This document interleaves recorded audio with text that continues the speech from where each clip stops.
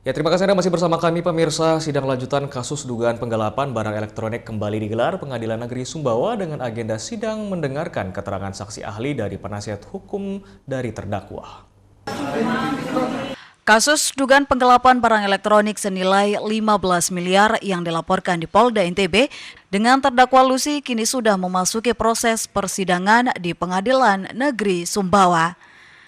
Agenda sidang keterangan saksi ahli ini meringankan terdakwa. Menurut ahli hukum pidana dari UIN Yogyakarta, menyebut kasus ini tidak bisa dipidanakan.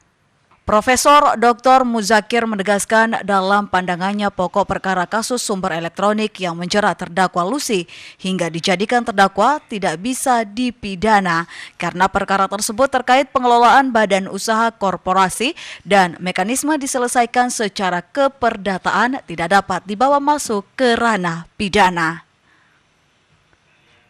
Ia berharap perkara yang menjerat terdakwa Lucy menjadi pelajaran bagi aparat penegak hukum di masa mendatang untuk bisa menyeleksi perkara perdata dan pidana. Ini kan perkara, jadi pokok perkara ini bukan masalah perdata.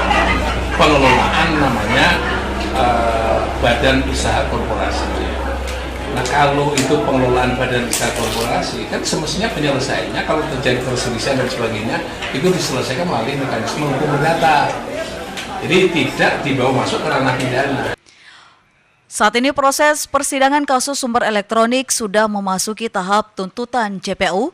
JPU dari Kejaksaan Negeri Sumbawa menuntut terdakwa dengan hukum 1 tahun 6 bulan penjara. JPU Kejari Sumbawa mengatakan menghormati keterangan saksi ahli yang diajukan penasihat hukum terdakwa terkait dalih dan pendapat yang disampaikan berdasarkan kacamata mereka. Kami menghargai pendapat mereka dalam kacamata mereka melihat konstruksi hukum yang mereka bangun. Ya, kami juga menghadirkan ahli juga yang tentunya sesuai dengan konstruksi hukum yang kami bangun dan biarkan hakim yang menilai.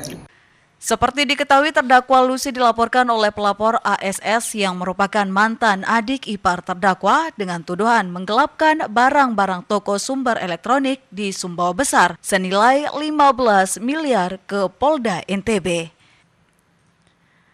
Agenda sidang selanjutnya mendengarkan pledoi atau pembelaan dari kuasa hukum terdakwa.